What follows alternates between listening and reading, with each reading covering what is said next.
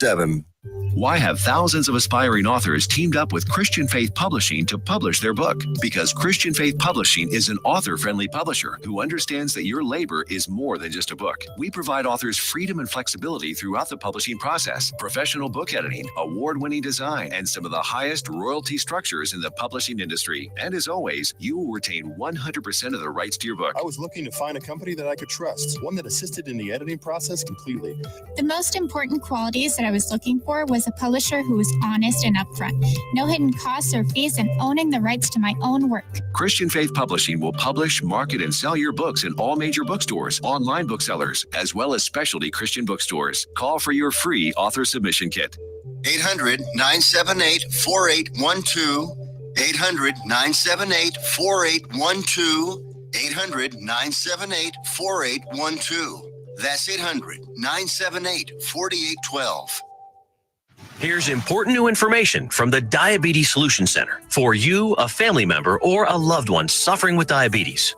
If you have lost your provider, or if you need a provider for diabetic supplies, you may qualify to receive your diabetic testing supplies now with little or no out-of-pocket cost, regardless of your age. All you need is Medicare or private insurance to be potentially eligible. Call the Diabetes Solution Center right now for details. Just takes a couple of minutes.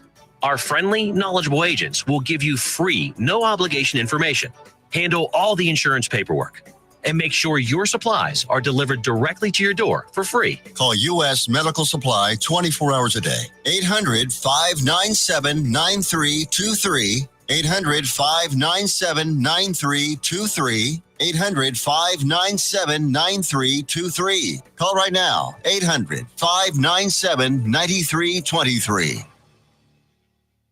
Let's be honest. Wheelchairs are heavy, bulky, and ugly. If you carry a wheelchair in your car to take care of a loved one, you know how hard it is getting that clunky, old-style wheelchair in and out of your car. Introducing the Feather Chair Wheelchair. At 13 pounds, it's the world's lightest wheelchair. It folds in seconds and fits neatly in your trunk, backseat, or closet, so you can take it everywhere. And it's only available right here. Order yours today and get a free wheelchair case, a $50 value, yours free. The Feather Chair. The world's lightest wheelchair is just $4.99 with easy payments as low as $16 a month. Sorry, no Medicare or insurance accepted. So call right now to order yours. 800-823-5826. 800-823-5826. 800-823-5826. That's 800-823-5826.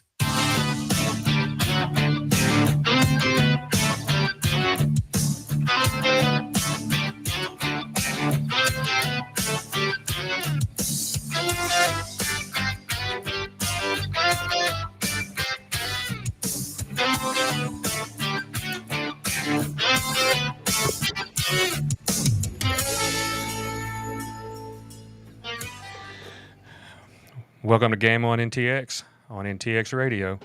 With I'm your host Bill Lawhn with my co-host John Mitcham. And before we get started, I want to thank our sponsor. In fact, today's show is brought to you by Ensemble Co-working, Fort Worth's hub for private offices, co-working, meeting spaces, and virtual mail. Find your perfect workspace at ensemblecoworking.com. All right, John, let's get into it. What do you say we talk a little bit of NBA Finals?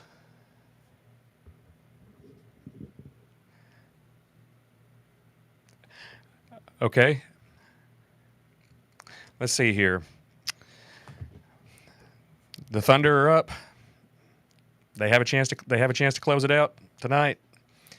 It's going to be tough sledding for Indiana without Tyrese Halliburton. If he plays, he has a strained calf. You don't know what you're going to get from him. He's a game time decision. I haven't heard if he's going to play yet or not.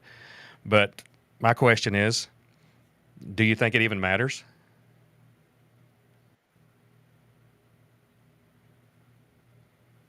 What do you think, John? Well, in my opinion, I don't know that it's going to matter for Halliburton tonight. I think he's gimpy. I think that I think Indiana's just outmanned. It's going to be tough sledding for Indiana, and you really look at how this thing has gone. Indiana has, most people didn't expect them to be here. They have fought like heck.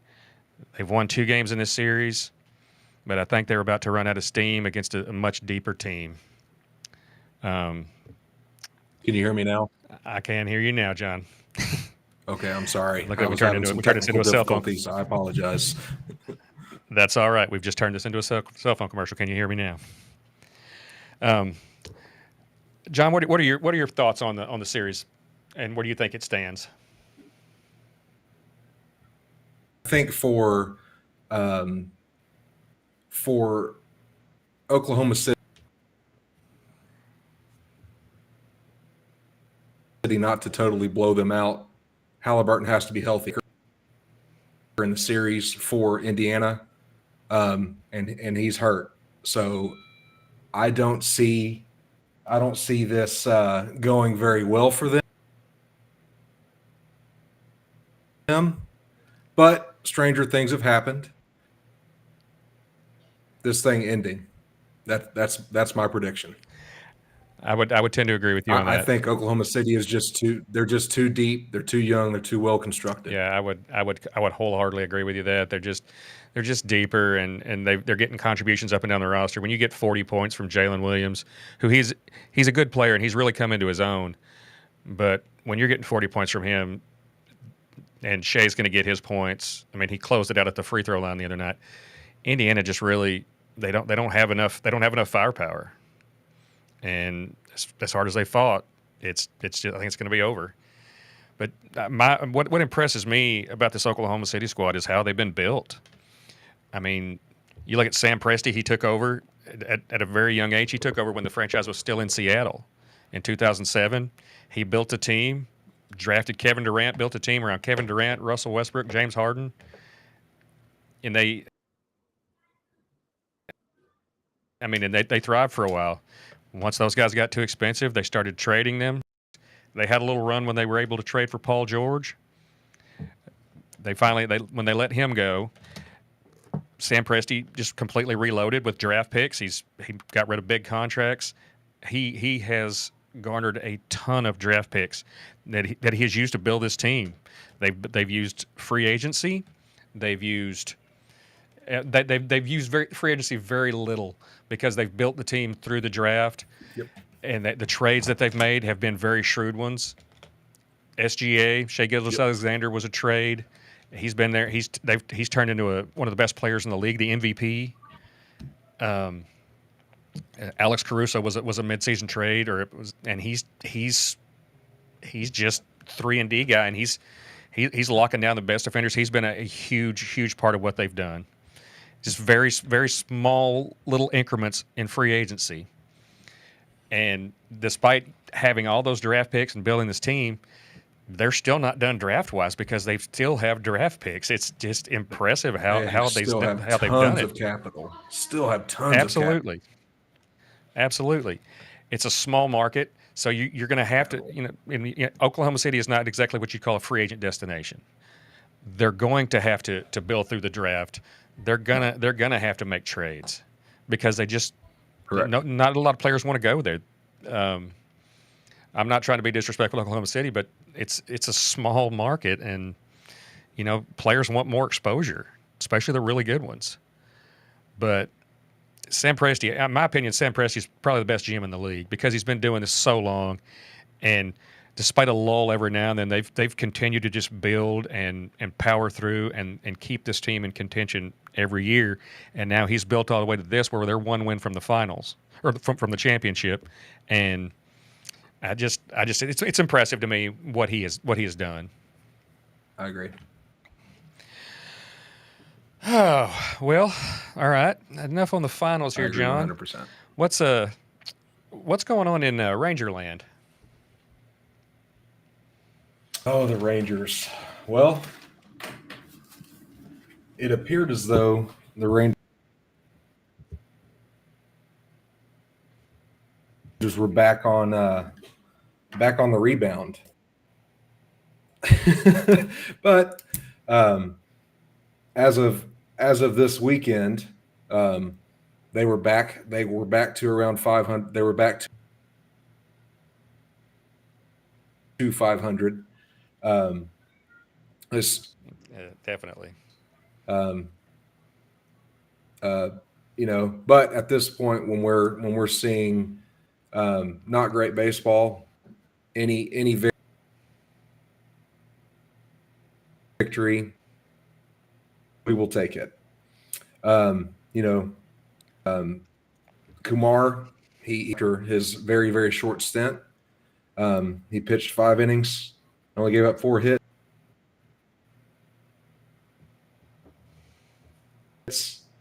So that's not been struggling mightily. I would agree. For this to happen,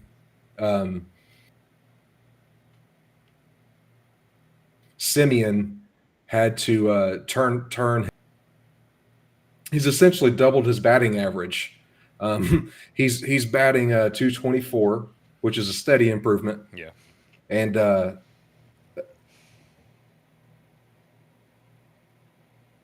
I'm not going to say this, but I don't see it with Adolis. I would love to say yes, but I'm just trying to look for improvements wherever I can. You're still going to look at the trade market. I do think they're going to be buyers, but I mean, what are they looking for? A bat, bullpen. I mean, their starting pitch is good. You have a little bit of a surplus to deal from there.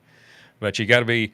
I'm personally, I'm a little bit worried about Jack Leiter because his last 2 starts, his ERA's come up a full run over the last 2 starts, and he's kind of coming back a little bit. He had a great little stretch there, and he's a phenomenal young pitcher, and I think he's got all the talent in the world. But he's starting to come back down to earth a little bit, and you've got Malley on the IL. Evaldi should be back soon. John Gray.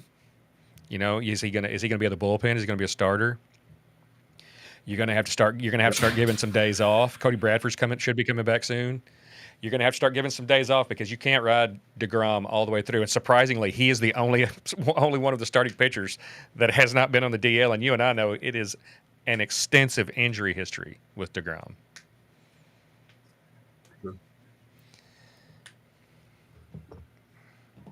Yeah. Well, we've got some guys coming back. We've got Nate Eovaldi,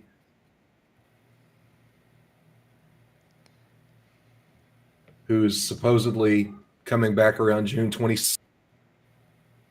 He's supposed to be back in the bigs. I would imagine he's going to come back and at least do one bullpen and then do a rehab start, probably at AAA Frisco. See how he's feeling. They're not going to push it because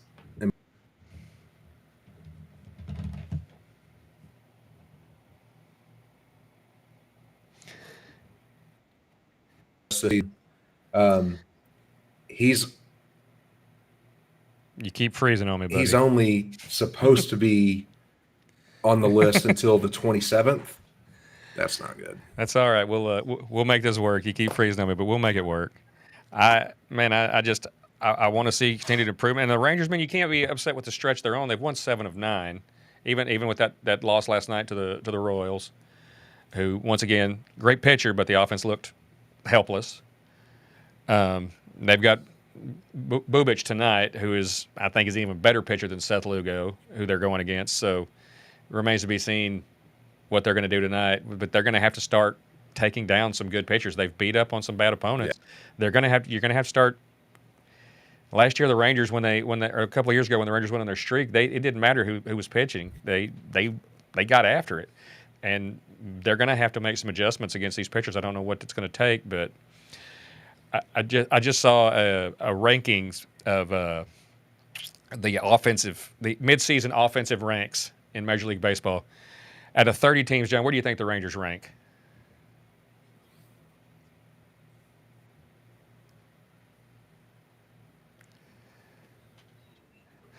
I'm going to guess. Actually, 25th. It was a good guess because they're pretty bad. I mean, you've got the White Sox and the Royals, Colorado, Florida, and like Pittsburgh. I think those are the only teams behind you. That's not a good sign, man. I don't care how good your pitching is if you're going to hit like that. Yeah, and it looked great. I mean, they scored 16 runs twice in that Minnesota series. It was incredibly impressive. But you've got to show something against a better pitching staff, against a better team. Now, I'm not saying Kansas City's a better team because overall I don't think they are, but Kansas City can pitch. They've been a lot like the Rangers this year actually because they can't really hit the ball that well, but they're pitching the heck out of it. Yeah.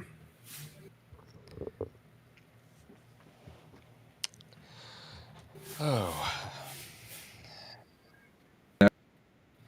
Connection issues. I don't know what's going on. That's all right, man. I can keep talking about I can keep talking about this a little bit. I'm trying to work through it. All right, you do that, and when you think you got it, just chime in a little bit.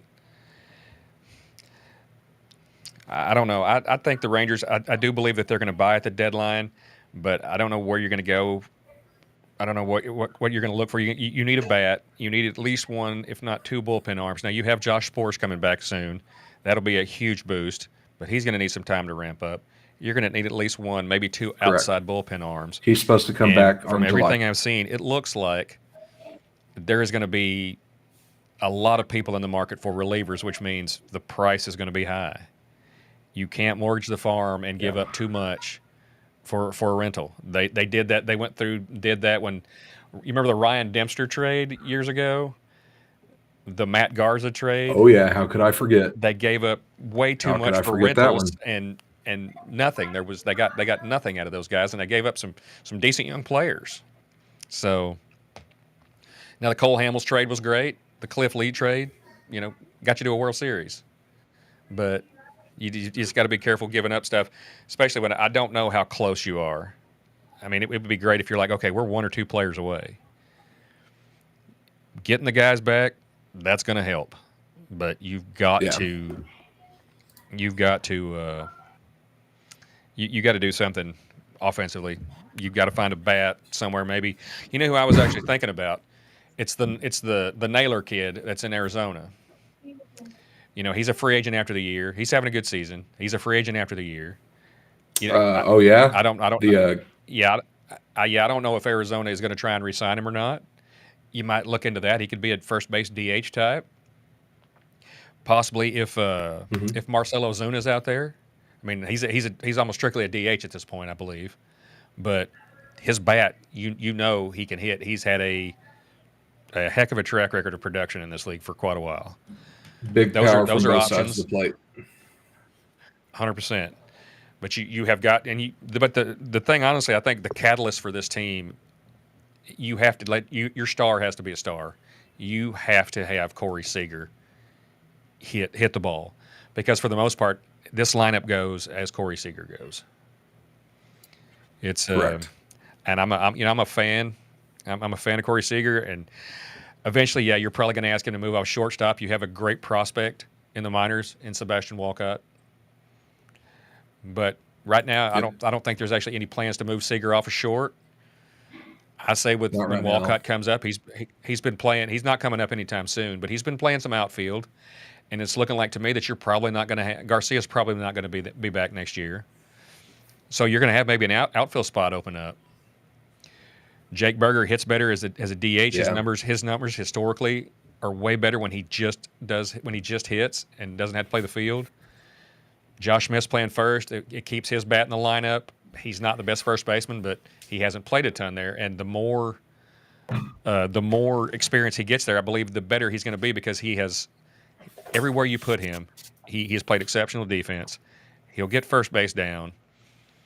According to Billy Beane in Moneyball, it's not that hard. But Ron Washington, he begged to differ. Which first base it can be a tricky position. It seems easy. All you got to do is catch the ball over there. But it's incredibly hard. Incredibly hard. Yes, that is accurate.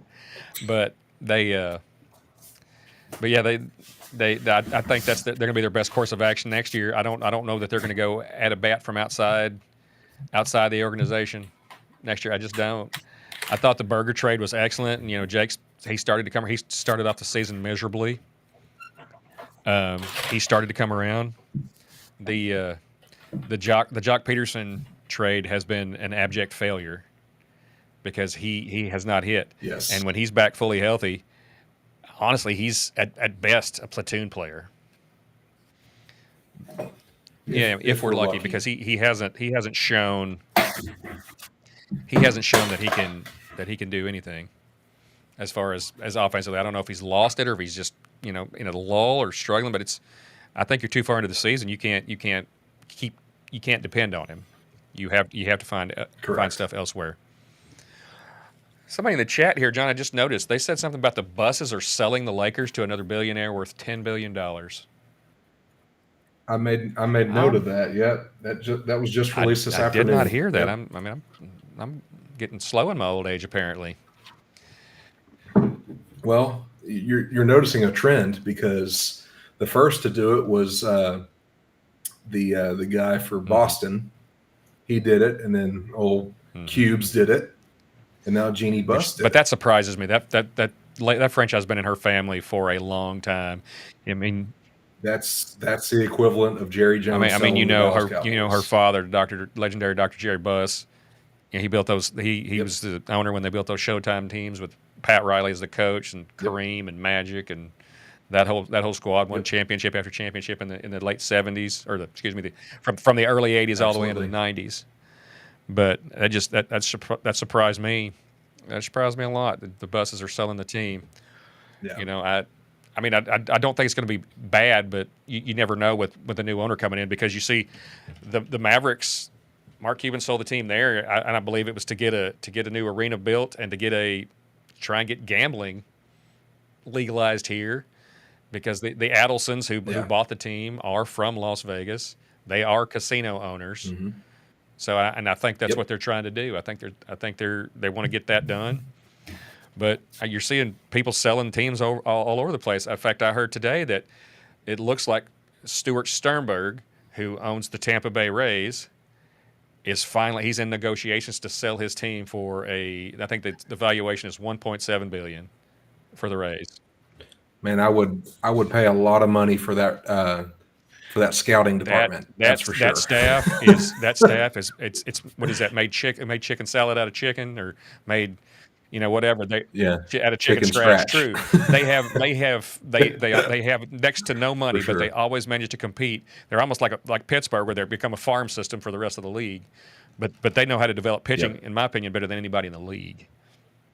But that's correct. The fact that he's selling that team, he's backed out of a couple of different stadium deals. It was looking at Jacksonville because with the hurricane, it almost completely destroyed Tropicana Field, which was to be honest, it was a crap hole at best. It's one thing worse was maybe the Coliseum in Oakland. But so he's had been in negotiations with a couple of different deals there. They even passed a measure in Jacksonville improving the bonds to help build the stadium. They had stadium renderings done. It was a beautiful looking facility. He backed out. And they were talking about after that happened, they said this was a good chance that he's going to be pressured into selling the team. And from what I understand, there's several of the owners that have been pressuring him, and even Commissioner Manfred has said, "Hey, you need to sell the team." There's been fans. Wow. Calling for this for a long time. Obviously, the fans only have so much of a hand in things, but I mean, it's just been Tampa. If they consistently have one of the lower payrolls in there, and if they get somebody that's willing to spend some money with that scouting, that could be a juggernaut right there. It's weird because when you think about Tampa Bay, especially 5-10 years ago, they were competing and giving the Yankees and the Red Sox and those teams, they were giving them all they could handle, and they were doing it, like you said, with a fraction of their payroll, and every offseason it was like they were gutted. The next big free agent would leave and go sign with Cleveland, or he'd go sign wherever. And when you think of Tampa Bay, you think when I think of Tampa Bay today, I think of Randy Arozarena. He was an all-star as a rookie.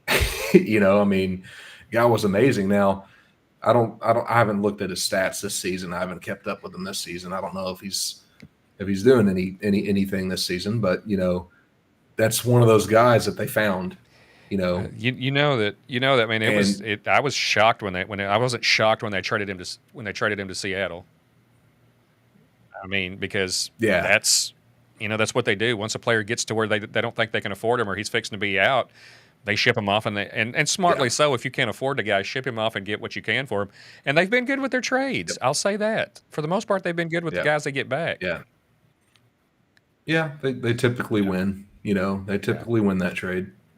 The one guy that they probably held on to a little too long was probably Chris Archer. But you know what? You remember what they got for him, right? I believe they got Tyler Glasnow in that trade for Archer. Archer was past his prime. He went to Pittsburgh and did almost nothing. And then you get Tyler Glasnow, who, I mean, he's already gone to the Dodgers, signed his big free agent contract with the Dodgers. But when he was in Tampa, his only problem was he couldn't stay healthy.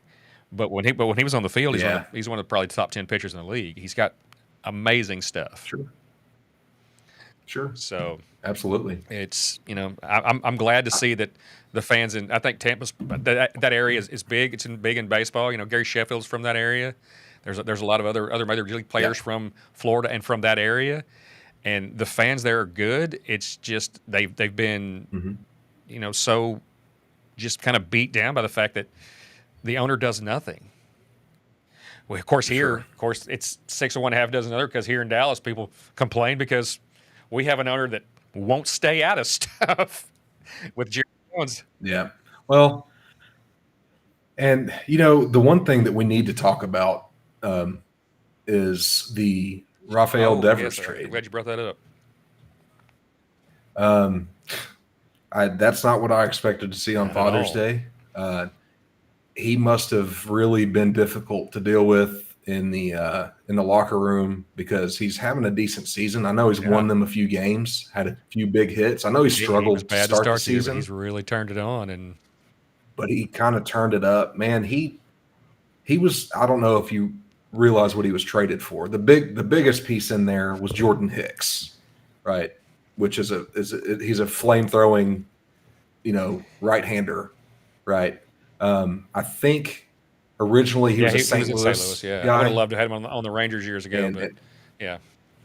I think we were talking about trading for him, or us fans were talking about trading for him a couple years ago at the deadline, and it fell through. I forget who we ended up trading for instead, but it was him, Kyle Harrison, and then the number 4 prospect in their organization, James Tibbs III, and then right-hand pitcher Jose Bello.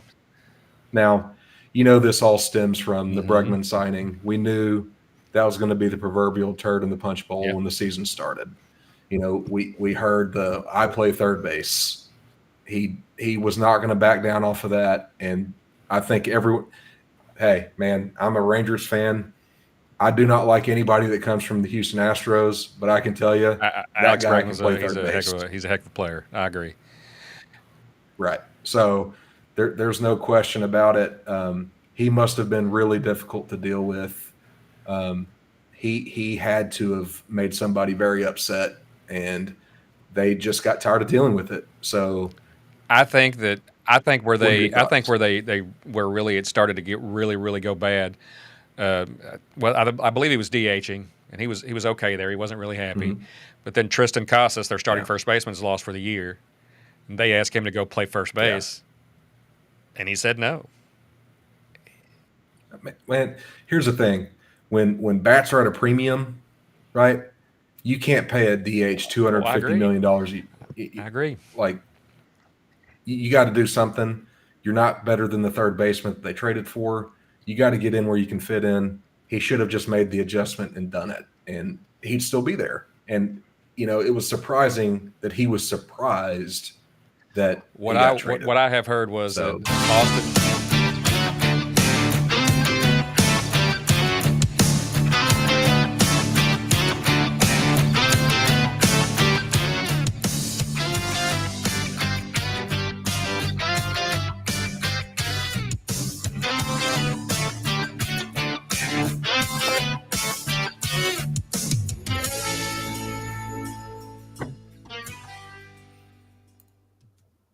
If you're trying to quit drinking or doing too many drugs, listen to me. You don't know me and we'll never meet.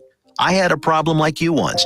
I drank and used to party a little too much till it got out of control and almost ruined my life.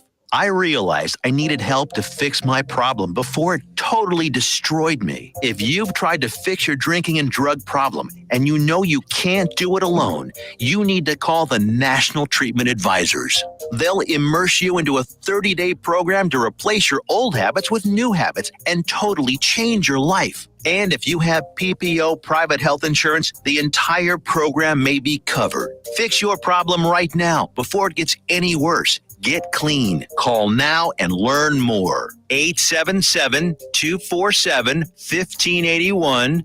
877-247-1581. 877-247-1581. Attention all business owners and creative minds. Do you need a unique and personalized touch for your products? Look no further than Romika Laser Engraving and Custom Designs. I'm Ron Phillips, co-owner of Romika Designs. We offer custom laser engraving services for a variety of products, including promotional items and corporate or personal gifts. With state-of-the-art equipment and a team of skilled designers, we can engrave intricate designs on virtually any material.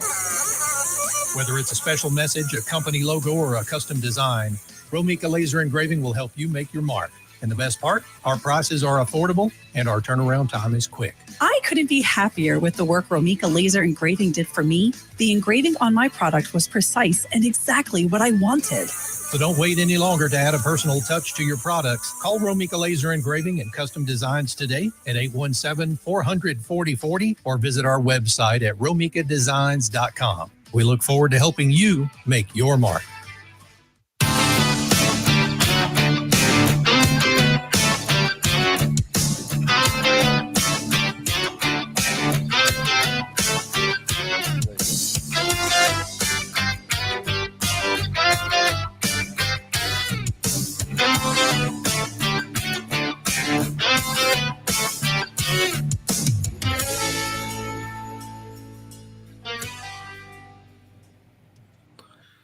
All right. Welcome back to Game on NTX with Bill and John. So I think the next segment we're going to jump into is the Stanley Cup, and we're going to touch a little bit on the Dallas John, Stars. can I throw one? I want to finish up that thought on the Red Sox. Sure. From what I understand, the Red Sox believed that with as much money, they gave Devers, a massive contract, and they got part of the reason the Red Sox didn't get good prospects back was because the Giants are eating that contract, and so they weren't going to give good contracts and take on all that money. But from what I have heard was that Boston basically thought that Devers wasn't fulfilling. This is you want your franchise. He was the franchise guy. They were paying him like the guy. Mm-hmm. You want him to do what is best for the team. They don't feel like he was fulfilling that part of his contract, or is that of that his duties, if you will. And so he's gone. And Boston fans are. It's a lot like the Mookie Betts deal when he left. They were flabbergasted, and they continue to do it again. They continue. They're going to have to figure something out there. This is even with the new GM that they brought in. Yeah. But anyway, I'll let you get to. We'll talk about Stanley Cup now. But I just wanted to finish up that topic. Sure. Yeah. Absolutely. Thanks for finishing that. Stanley Cup, man. Whew. So, Team America won. Kept Lord Stanley's Cup in this country. This continued that amazingly long drought. As a bitter Stars fan, I'm 100% okay with it. I was a diehard Panthers fan for the remainder of the Stanley Cup Finals. I did not want to see Connor McDavid and Leon Draisaitl take that thing back home. Not because of them, right? I think Connor McDavid's a crybaby, but but he's a damn good hockey player, the best in the world. Leon Draisaitl, damn good hockey player, best in the world. There's some other guys on that team that I do not like, in particular, Evan Bouchard, Corey Nick Perry. Nurse, and Corey Kane. Perry, and Yeah. Evander Kane. Man, that guy really showed his I agree. butt, and they got exactly what they deserved. I'm gonna start with last night's game, man. I know we talked about in the last show. We talked a little bit about this and how we believed, and I think we talked about this offline. Bill and I talk all the time. For everyone that doesn't know, we talk about sports all the time. Shocking if you don't know us. But last night, man. Well, actually, let me go back to my original point. We think that this series could have been done in as little as 4 games. It could have been a 4-game sweep. Bill brought it up, that boneheaded delay game penalty in the first game easily should have been a led to dub by the power play goal, led to the overtime power play goal that won the game for Edmonton. Yeah. Yep. And then you go back to the goal that, and I believe it was Draisaitl that sank the game-winning goal, and it was 4. It was 4 in overtime. And it was just, he caught him in a shift change, and it was a good play on his part. He just one hand stuck it in there, and that was the guy hanging out with the guy. It was an But- impressive goal. That was with the guy hanging all over him. That was Oh, one yeah. of the better goals that Yeah, you'll see. and- Holding off a guy and basically Again. flicking it into the goal with one hand. That's impressive. That's why he's one of the best hockey 100%. players in the world, man. Like the thing that I have, right? You've got Leon Draisaitl and Connor McDavid on the same team, on the same line. You couldn't score a goal until the 3rd period in a win or go home match. So there's 2 questions there, right? Who, and the other thing is, it's not like Edmonton doesn't have plenty of talent around them. Oh yeah. Right. There's plenty of other talent. Now, Nick Nurse, he eats up a lot of that cap, and we're not going to go into cap problems because I don't care about their cap problems. I'm worried about my team's cap problems. And as long as we don't sign Bouchard, that's I'm happy. probably not happening. I think honestly one of their big problems is unless they're playing the Dallas Stars, Stuart Skinner he's average at best. They pulled him. They pulled him after the game. After the was it game 4? They pulled him, and then game 5 it wasn't much better. Picard, they put him in there. Florida still rolls them 5-2. Well, they went back to Skinner last night's game. It wasn't any better. And after the first couple of goals, he just looked like he was just standing there watching. It was. And I'm not like a guy that grew up playing hockey, but I'm going to assume it's kind of like in college football and high school football and pro football, the same thing with a goalie, right?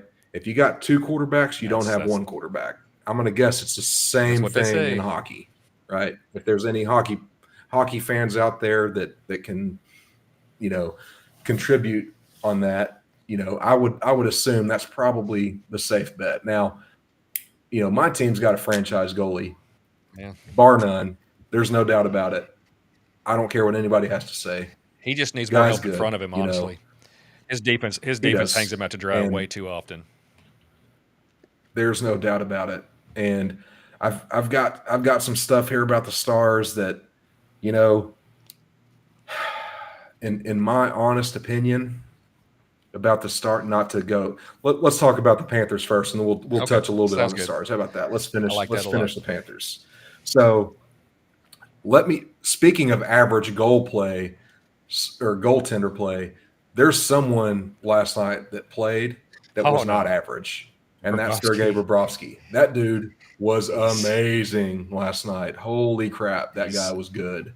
28 saves last night, and the save that he didn't make was because he lost the freaking puck in the third. It was a slap shot. They were playing deep. They were basically playing prevent, and he lost the puck, and the guy made a great play and just smacked it in there. At that point it was 4-1.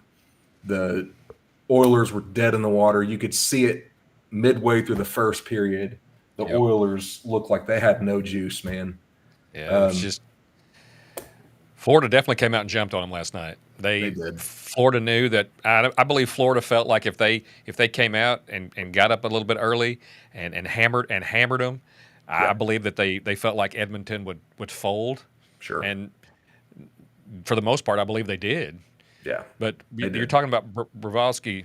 How do you say his name? I can't remember. It's Sergei Bobrovsky. Let's call him Sergei. Bobro. Let's call him Bobro. Bobro. I like that. He is in the regular season, he is a good goaltender. Mm-hmm. Not a great goaltender. He is a good goaltender. But come playoff time, he kicks it up, and he takes it up to another level. And so many goaltenders. Connor Hellebuck, best goaltender in the league during the regular season, and he gets to the playoffs, and he is average at best. Harder's better. Well, we'll see. I'm a huge Jake Ottinger fan. He is probably my favorite player on that team. Sure, but like I said, a lot of it's on the guys in front of him. They've got to play better. They've got to help him. 100% agree. Yeah, and to touch on that before we move on to College World Series, talk a little bit about the Stars. We've got 5 blue line guys, 5 defensemen that make over $3 million. Yeah. A couple of them are justified. In my opinion, there's a couple of them there that are justified. And I don't think I need to say number one, right? Who's our number one defenseman? Right. Miro, right. I think Elsa Liddell is one of those guys. He's justified. He's been there. My brother-in-law was telling me this. Everyone needs that guy that just shuts up, goes out there with a garbage pail and a hard hat and does his work. That's Elsa Liddell. He does whatever they ask him to. No questions asked, bar none.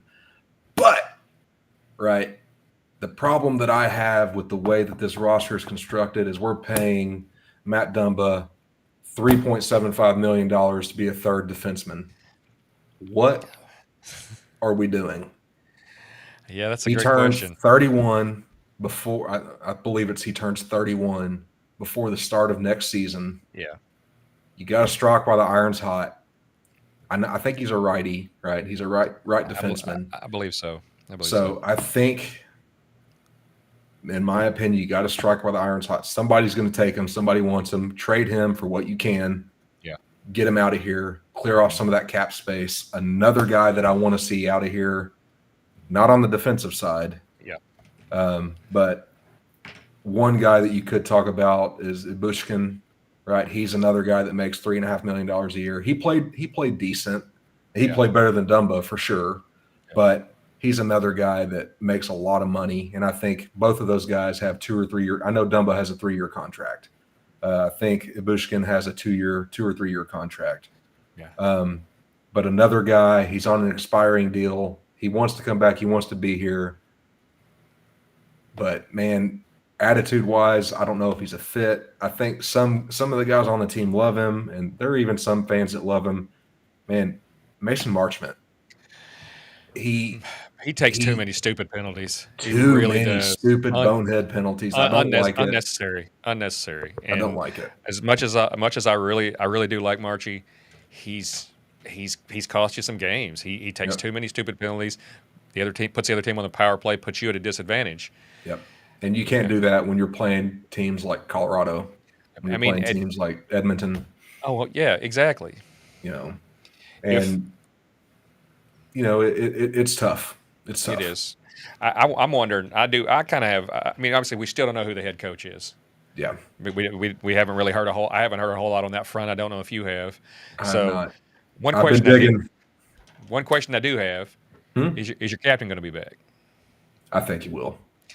Is he going to take? He's not making $9 million. I can tell you that. He better not make a penny over $3 million. I know he loves it here, and I know he wants to stay. But is he going to settle for a reduced role? You cannot justify paying a 36-year-old guy who has progressively trended downward the last 5 years. Yeah. I mean, the last time he actually played like a superstar in this league was in 2020. Yeah. That's the proof is in the pudding. I love the guy. I love Jamie Benn. There are he's one of those guys, you're not going to love him if you're not a Stars fan. Yeah. But like if he left and he went to Edmonton, they'd freaking love the guy. Oh, they'd no. love him. He just, but I mean, personality wise, yes, I think Jamie Benn is a great leader, but his skills have declined. And, if he comes back at a reduced rate, I'd be more than happy to have him. Absolutely. Excuse me. I'd be more than happy to have him back. But, it's, sometimes you have to part with your guys. You don't, sure. It's going to be hard. If he goes to another team, it's going to be like seeing Emmitt Smith in a Cardinals jersey that was a sin. That was brutal. That was hard to see. Or seeing Tony Dorsett when I was a kid, seeing Tony Dorsett as a Bronco. Gross. It just hurts your heart. But or DeMarcus Ware as a Bronco or honestly, that did hurt my heart, but I was incredibly happy for that guy when he was able to get the Super Bowl. So happy that he got the Super Bowl that he deserved. Oh, absolutely. I agree. All right. Well, that's enough about hockey. Let's jump into some College World Series. Let's do it. How's that sound to you? Sounds good to me. Let's do it. Friday, man. Coastal Carolina literally beat the brakes off of Arizona. That's the best way I can put it. They were really never in any danger. It was Coastal Carolina has been on a tear. Oh, yeah, I think they're on like a 21 game win streak, something like that. Peaking at the right time. Yep, something about peaking at the right time. That's pretty good in sports. I've seen the Giants do it a couple times in football. Yeah, I'm honestly amazed. For the record, I'm honestly amazed that Arizona even got there, because I know in one of the super regional games against North Carolina, I believe they gave up 18 runs. Yeah, got outscored 18-2. And I didn't watch the whole series, but I came back and I'm like, whoa, how the heck did that happen? Yeah. Yet they get here, and weren't they the first team eliminated, or one of the first teams eliminated? They were the first team eliminated. Yeah, it's just they were. That's one of those. They were lucky to get here. But as you're talking about, nobody talks about Coastal Carolina as a power. They won it a few years ago, and then they're back now. 2018. And they're back now, and it's just they are just a beast of a team. Yeah, and they're hot. They are hot. They're swinging the bat well. They're pitching well. And another team that was really, really hot. We'll talk about that in a minute. So Oregon State and Louisville, man. OSU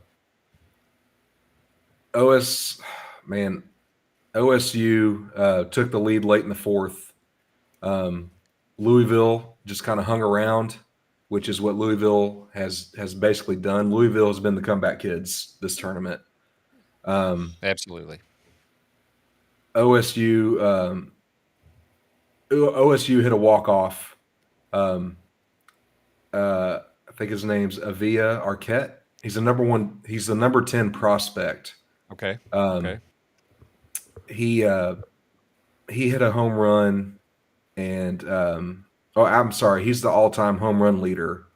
But anyways, they ended up beating Louisville and sending Louisville to the losers bracket.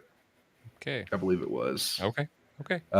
Saturday, Murray State and UCLA, man, the magic ran out with Murray State, man. We all wanted to see them do well. It did not go very well. I got to UCLA. Tell you, real quick, let me give a point. I got to tell you that I don't know if you've seen the video of the Murray State coach after his team, the press conference after his team lost. And how emotional he was, man. That'll tug at your heartstrings. He had his son sitting in his lap, and he was getting choked up. And he said, I can't put into words exactly what these guys mean to me. Yeah. But that's one of the great things about sports at that level. They're not. I mean, granted, you got NIL now, and they're getting paid now. Sure. But those kids still love the game, and it's just seeing that made me. It'll tug at your heartstrings. I just thought it was very special. I did. Yeah. Yeah, he's a good coach. You can tell he cares about the kids, and you can tell that guy's destined for big things. I believe so. He won't be at Murray State very long. Let's put it that way. And unfortunately, I don't think he will. Yeah, he's gonna, there's a pretty good program that a coach just left to take over a program in Virginia who just left to take over the program at Mississippi State. That Duke program's looking for a coach. That could be a simple fit for the Murray State coach. I'll leave it at that. They had a good season in Durham this year. Yeah, so I they mean, did. They can play some ball out there, man. They churn out some pretty good ball players. And even when you talk about the transfer portal, they always have good guys in the portal. They're a very good program, and they do very well. Mm-hmm. So next game, LSU Arkansas. Man, LSU led the whole game. Cade Anderson, man, he threw 7 innings, 3 hits, 7 Ks, 2 base on balls. I knew Arkansas was in trouble when they changed pitchers in the second inning. Never a good sign. Never a good sign. I knew that was not going to be good, and it didn't get any better. Yeah. Arizona and Louisville in their elimination game. Arizona was they led through 7 innings. Yeah. They took the lead early. Their freshman pitcher, his name's Smith Bailey. Oh, okay. He started off shaky. He loaded the bases. Yeah. In the first inning, and he got out of it. And then he settled down. They ended up putting in their star. Arizona ended up putting in their star reliever Tony Pluta, which is it's hard. It's weird to see a 5'9" guy go in there and pitch, and then talk about him being a lockdown pitcher. But he hadn't given up a run since April 1st, is what they said, and he got tagged for 4 runs. So they ended up losing to they gave up 6 runs in the bottom of the 8th, and they ended up losing 8-3 and got eliminated by Louisville. Yeah. Coastal Carolina and OSU, never really close. Coastal Carolina just blew them out, man, and that's why I'm saying, dude, everybody they play, it's just a strumming. Yeah. It was a 6-2 ball game. That's a butt whooping when you're playing Oregon State. Like, that's a good program. That's a good program. Put it on them. They just put it on them. Let's. I do. Can we talk about? I don't know where we're at as far as that goes. Sure. But can we talk about the most memorable games thus far in this College World Series, and one of the most memorable ever, probably in my opinion. I mean, the no-hitter. I mean, you had a no-hitter. You said he was the only blemish on his record. The only base runner that reached was, didn't he hit a kid? That's the next one on the list. Yep. So Murray State, Arkansas. Man, Arkansas's Gage Wood, 19 strikeouts. That's amazing. 19-1-9. That's almost you 20 strikeouts. You only have 27 outs in a game. So it's impressive. I mean, there's only been 3 no-hitters in College World Series history. 3. It's the first one in, what is it? Is it 65 years? Since 1960? Correct. That is correct. Shows you how rare that is, and the fact that he was so close to a perfect game. It was a perfect game until the 8th inning when he hit somebody. Yeah. And the kid's response was, "I shouldn't have hit him." That's when you know you got a ball player. Yeah, he didn't blame anybody. He was like, "Man, I shouldn't have hit him." That was on him, and he owned it. But I mean, you've got that's an incredible. That's just incredible, man. 19 strikeouts, no hits, and shows you just how rare that is. That it's only the 3rd one in the history of the College World Series, and I think that's going to be a game that's going to be remembered for a long time. I really do. And then earlier today, Coastal Carolina eliminated Louisville 11-3, and it was again just a butt kicking. Not close. It was 8-0 before they got on the board, and I believe that was in the 6th or 7th inning. Yeah, I was kind of watching that in between working today, and I lost interest after about the 4th inning when it was 5-0 and they couldn't do anything. So they're gonna be tough to beat. I think you've told me that you believe that they're probably going to play LSU. Mm-hmm. I mean, you're looking at that. LSU and Arkansas are going to play, and Arkansas has to win twice. LSU's only got to win once. Yep. Whoever wins that's on to the championship series to play Coastal. Yeah. Both really good teams, but I'm kind of the same mind as you are. I don't think it's going to matter. Yeah. Man, they are hot right now. They are red hot, and it does not look good for whoever is playing Coastal Carolina. Now, could be wrong because LSU, they're just different. Yeah. But Arkansas is up 1-0 right now on LSU. So, if LSU can't find an offense, we know. I mean, we talked about this last week. Arkansas's got the pitching to do it. 100%. They can do it, and they've got enough offense. They've got plenty of offense. They showed my Longhorns this year that they know how to hit the ball too. So they beat some really good teams. They did really badly. Really, and they lost. Yep, they lost some bad ones too. So they did. They did. Man, UCLA. They just kind of fell apart, man. Yeah. So, I figured I'd mention UCLA, but LSU just literally dominated UCLA. Yeah. I mean, I'm sorry, LSU dominated UCLA, and that's par for the course for LSU. They just dominate at times, and Arkansas just put them out of their misery. Yep. Yeah, it's. I mean, UCLA. You look at the beginning of that game last night, and you get second and third, or was it first and you get 2 on nobody. It's second and third, 1 out, and then they load the bases, and then they get nothing out of that. That takes the wind directly out of your sails, brother. And that was the best. That was the best chance that they had the entire game. They didn't get close after that until it wasn't like. Then they have a 3-run inning like late in the game. Yeah, I think it was the 9th inning, I believe it was, or 8th. And that's something like that. That's all. That's all she wrote. Yeah, but we're looking at probably a Coastal Carolina. Yep. LSU final. They got to take the really long road. Now it's possible. Yeah. They're talented enough. They can do it. Arkansas does, but I think it's going to be LSU. But honestly, I would rather it be Arkansas. I'd like to see Arkansas do it. But honestly, I don't really have a dog in the fight, but I would like to see Arkansas do it because they are a fiery bunch. They're well coached. They play hard. But I think the LSU series with Coastal, I think it would be a good series, but I do think Coastal has the advantage there. Hey, next week, draft week for the NBA. All I'm going to say is Cooper Flagg. The Mavericks don't need to do anything else. They're fine there. They've got. They've been looking at some point guards, so we'll see what's out there. Colin Sexton is out there. Drew Holiday, I think the cost is going to be too high.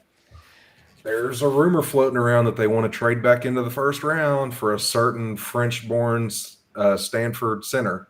Oh, nice. So, well, guy averaged 20 points and 10 rebounds. So, I'll take it. So.